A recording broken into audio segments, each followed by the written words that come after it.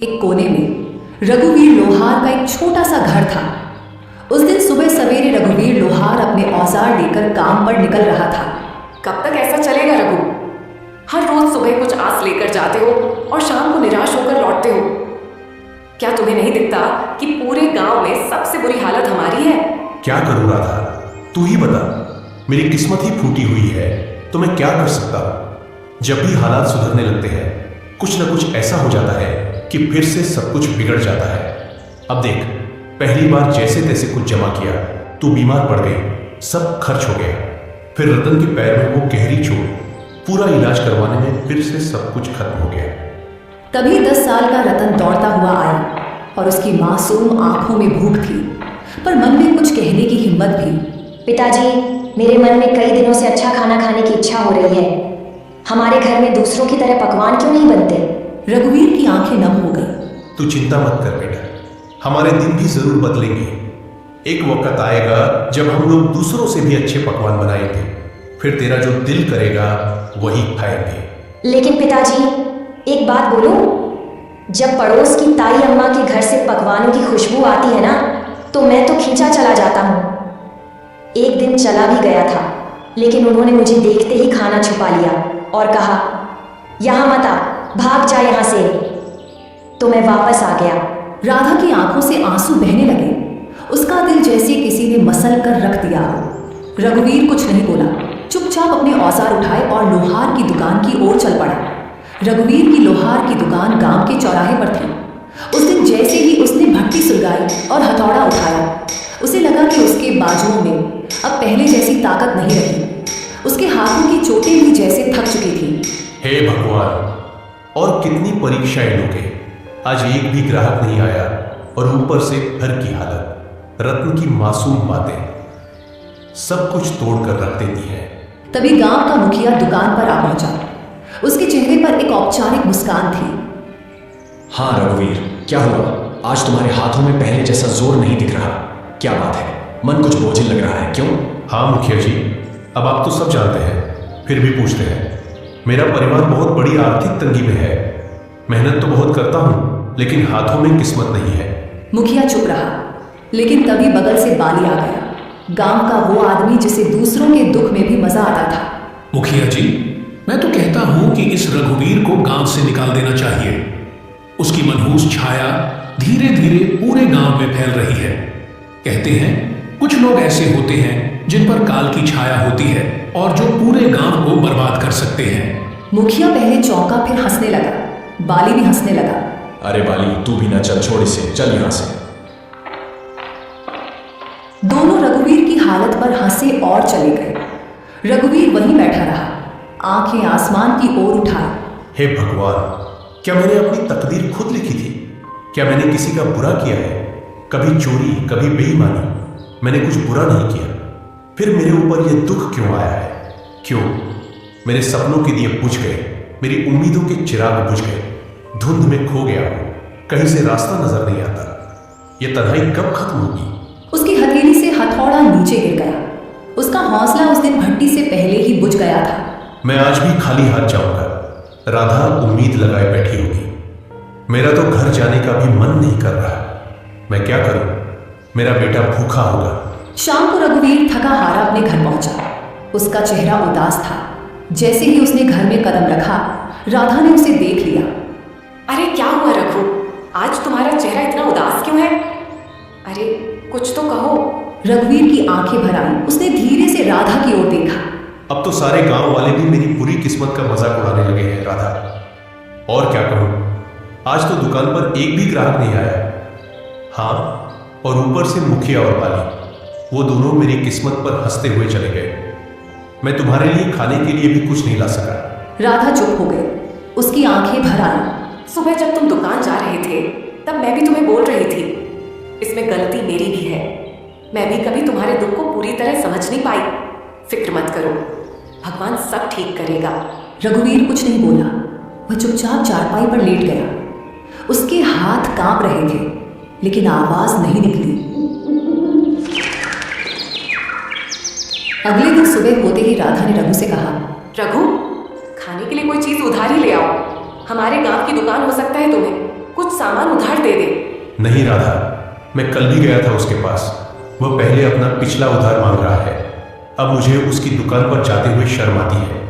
मुझे नहीं लगता कि हमारे हालात कभी भी ठीक हो सकेंगे। ऐसा ही चलता रहा तो हमें यह गांव छोड़कर जाना पड़ेगा। गांव में 2-3 लोगों से पहले ही मैं उधार ले चुका हूं। अब मेरे अंदर इतनी हिम्मत नहीं कि किसी और से उधार मांग लूं।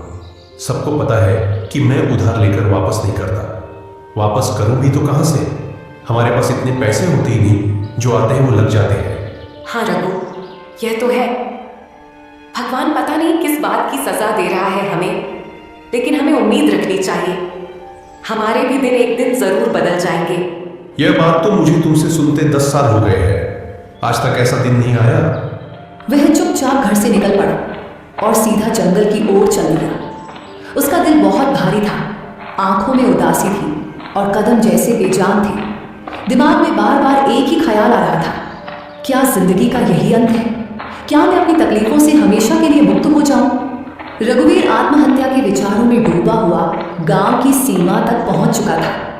तभी सामने से मुखिया आता हुआ दिखाई दिया। अरे रघुवीर, आज दुकान नहीं खोली क्या? तुम तो सीधे जंगल की ओर निकल पड़े हो। क्या बात है? अब लोहार से लकड़हारा बनने का इरादा है क्या? रघु चुप रहा। वह पहले से ही उदास था। उसके पास मुखिया को जवाब देने के लिए कोई भी शब्द नहीं थे। चलो अच्छा है, लकड़हारे भी बुरे नहीं होते। कम से कम जंगल में कोई तुम्हारी किस्मत का मजाक तो नहीं उड़ाएगा ना? मुखिया हंसता रहा और चला गया। रघुवीर बिना कुछ बोले जंगल की गहराई की ओर बढ़ गया। रघुवीर अब थक चुका था। उसके पैर जवाब दे चुके थे। वह एक घने वृक्ष की छाया में बैठ गया और आसमान की ओर देखने लगा। मैं मर्द हूं ना, इसीलिए किसी के सामने रो नहीं सकता। अगर राधा और रतन मुझे रोते हुए देख लेते तो उनका मनोबल टूट जाता। इसीलिए मुझे जंगल आना पड़ा। भगवान, तू मेरी कितनी परीक्षा लेगा? रघु उदास होकर आसमान की तरफ देखते हुए बातें कर रहा था कि अचानक उसके कानों में किसी के चीखने की आवाज आई। कोई है तो मेरी मदद करो। वह उठा और इधर उधर देखने लगा। अचानक उसकी नजर एक साधु पर पड़ी जो जमीन पर गिरे हुए थे। रघुवीर तुरंत उनके पास गया। साधु महाराज, आपको क्या हुआ? आप ऐसे क्यों पड़े हैं? बेटा, मैं राज की ओर जा रहा था कि रास्ते में मेरे पैर में जोर की मोच आ गई। मैं गिर पड़ा और तभी से इस सुनसान जंगल में पड़ा हूँ। ये जंगल इतना वीरान है कि यहाँ कोई आता ही नहीं। कई दिन हो गए, कोई इंसान नहीं दिखा। मुझे बहुत प्यास लगी है। मेरा गला सूख रहा है। अगर जल्दी पानी नहीं मिला तो शायद मैं बच न सकूं। रघुवीर घबरा गया और तुरंत इधर उधर देखने लगा, शायद कहीं से पानी या कोई मदद मिल जाए। परंतु यहां तो दूर दूर तक कोई तालाब दिखाई नहीं दे रहा है महाराज। बताइए साधु महाराज, अगर आपको पता हो कि पानी कहाँ मिल सकता है तो मैं अभी ले आता हूँ। यहाँ से लगभग 2 मील दूर एक तालाब है। तुम मेरे लिए वहां से पानी ले आओ बेटा। इतना कहकर साधु ने अपना कमंडल रघुवीर के हवाले कर दिया। थका हुआ रघुवीर बिना देर किए उस दिशा में चल पड़ा जहां उसे अपनी आखिरी उम्मीद नजर आ रही थी। जंगल की खामोशी के बीच वह अपनी थकी हुई टांगों के बावजूद तालाब तक पहुंच गया। जब उसने कमंडल पानी में डाला, अचानक तालाब से धुआं उठने लगा। धुआं धीरे धीरे एक भयानक औरत की शक्ल लेने लगा। यह दृश्य देखकर रघुवीर के दिल में डर और हैरानी की लहर दौड़ गई। तेरी हिम्मत कैसे हुई उस तालाब का पानी लेने की? क्या तुझे नहीं पता कि उस तालाब से कोई जल नहीं ले सकता? देखो, मुझे सच में नहीं पता था कि यह तालाब तुम्हारा है। मुझे माफ करो, मैंने ऐसा कोई अपमान नहीं किया। मैं एक डायन हूँ। अगर तुझे ये जल चाहिए तो मेरी एक पहेली का उत्तर देना होगा। अगर उत्तर गलत दिया तो इसी तालाब में डुबोकर मैं तुझे मार दूंगी। लेकिन हाँ, एक और रास्ता है जिससे तू बच सकता है। तू बिना जल लिए यहाँ से चला जा। न पहेली न मौत। रघुवीर गहरी सोच में डूब गया। एक ओर साधु की प्यास और दूसरी ओर मृत्यु का भय। मैं यहाँ से जल लिए बिना बिल्कुल नहीं जाऊंगा। मैंने किसी से जल लाने का वचन दिया है और मैं अपना वचन नहीं तोड़ूंगा। तो मेरी ये पहेली सुन। एक घर ऐसा जो हर दिशा में खुला हो, जिसके अंदर उजाला हो, पर ना कोई खिड़की हो, ना कोई दरवाजा, ना कोई दीवार हो और ना ही कोई जमीन, फिर भी सब कुछ उसमें समाया हो। बता, कौन है वो?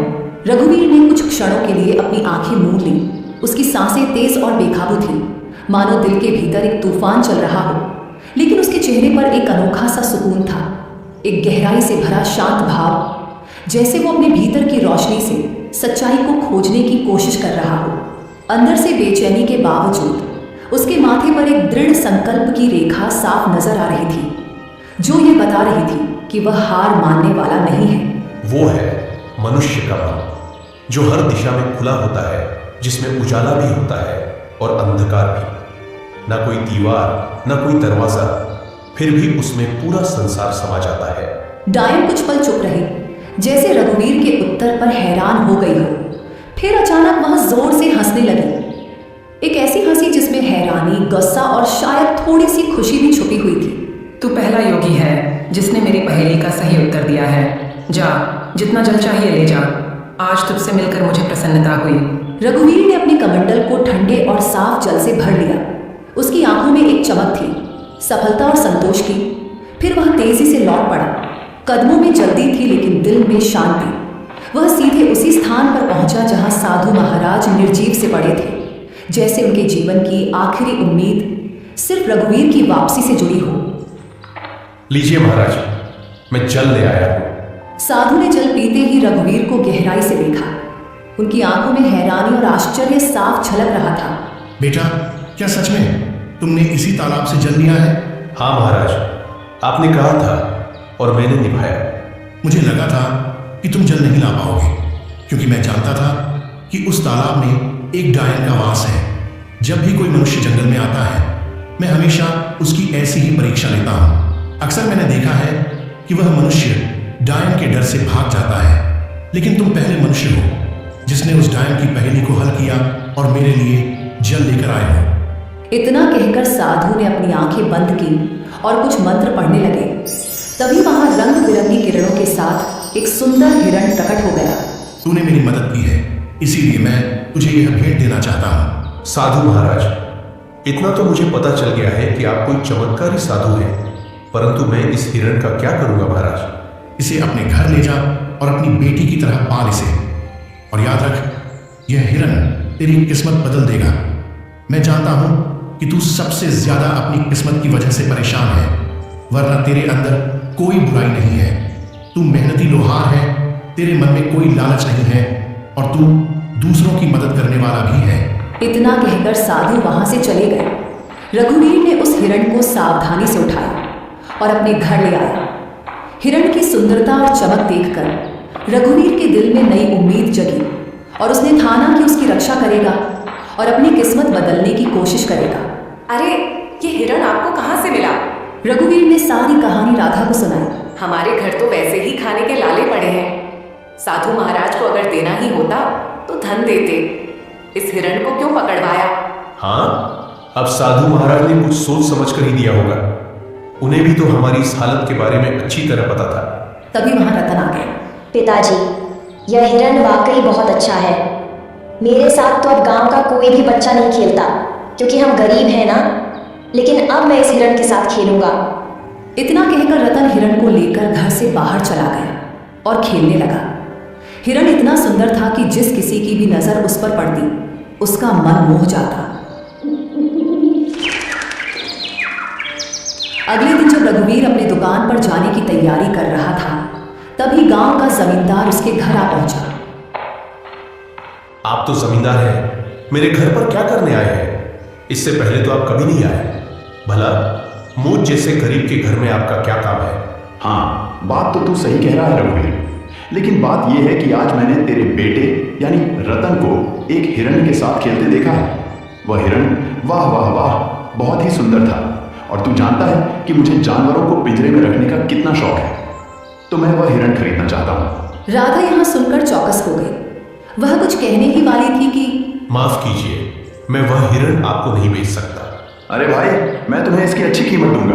आप मुझे चाहे उसकी कितनी भी कीमत दें, माफ कीजिएगा, मैं उस हिरण को नहीं बेचूंगा। जमींदार क्रोधित होकर वहां से चला गया। आपने ये क्या किया? जमींदार हमें इसकी अच्छी कीमत दे सकता था, हमारी हालत कुछ बेहतर हो सकती थी। मैं यह हिरण नहीं बेचूंगा राधा, क्योंकि यह हिरण मुझे साधु महाराज ने भेंट किया है, और भेंट की हुई वस्तुओं को कभी बेचा नहीं जाता। वीर और उसका परिवार हिरण से इतना जुड़ गया था कि उसे छोड़ने का ख्याल भी नहीं आता था। फिर कुछ दिनों बाद एक व्यापारी वहां आ पहुंचा। अरे भाई, मुझे तुम्हारा यह हिरण बहुत पसंद आया है। मैं तुम्हें इसकी मांगी हुई कीमत दूंगा। यह हिरण मुझे बेच दो। तुम चाहे मुझे कितना भी धन क्यों ना दो, मैं इसे नहीं बेचूंगा। अरे, तुम गरीब के गरीब ही रहोगे। तुम सामान्य लोहार हो, समझते ही नहीं कुछ। व्यापारी वहां से चला गया। राधा रघुवीर पर गुस्सा हो गई। जब से ये हिरण आया है तब से हमारा खर्चा और बढ़ गया है। पहले जमींदार को लौटा दिया और अब व्यापारी को भी मना कर दिया। क्यों नहीं बेचा इसे? राधा, न जाने क्यों मुझे इस हिरण से अब एक खास लगाव हो गया है। और वैसे भी साधु महाराज ने कहा था कि इसे अपनी बेटी की तरह पालना। अब ये मेरी बेटी जैसा है, और भला कोई अपनी बेटिया को मांगी हुई कीमत पर बेचता है क्या? खुद सोचो ना। राधा यह सुनकर चुप हो गई और नम आंखों से मुस्कुराने लगी। धीरे धीरे वह हिरण उनके परिवार का हिस्सा बन गया। वहीं किशोरनगर के राजमहल में उदासी छाई हुई थी। राजा विक्रम अपनी 20 वर्षीय पुत्री चंद्रलीका को देख रहे थे, जो बेहोशी की स्थिति में थी। उनके बगल में राजगुरु थे। राजगुरु, क्या मेरी पुत्री ठीक हो पाएगी? मैंने राज्य के बड़े बड़े वैद्यों को दिखाया, लेकिन कोई फायदा नहीं हुआ। महाराज, आपकी पुत्री को एक विचित्र बीमारी है। इसका इलाज शंभू है, लेकिन वह अत्यंत दुर्लभ है। तो फिर जल्दी से बताइए ना गुरुजी, इलाज क्या है? ध्यान से सुनिए। एक मायावी हिरण का आंसू और एक गरीब मनुष्य का आंसू, जब ये दोनों एक साथ मिलेंगे तो वे एक दिव्य पुष्प में बदल जाएंगे। उस पुष्प को राजकुमारी के शरीर पर स्पर्श कराना होगा, तभी वे स्वस्थ हो पाएंगे। तो फिर बताइए, वह मायावी हिरण कहाँ मिलेगा? मैं उसे किसी भी कीमत पर ढूंढ लाऊंगा। और गरीब की बात तो कीजिए ही मत। हमारे राज्य में गरीबों की कोई कमी नहीं है। आपने पूरी बात सुनी नहीं महाराज। अगर किसी गरीब को जबरदस्ती रुलाया गया तो वह आंसू व्यर्थ होगा। दोनों को अपने आप दिल से रोना होगा, तभी वह पुष्प प्रकट होगा। तो फिर क्या? तुम्हें पता है राजगुरु की वह हिरण इस समय किसके पास है? हाँ महाराज, मैंने साधना के दौरान यह देखा है। वह मायावी हिरण हरियापुर गांव के एक लोहार के पास है।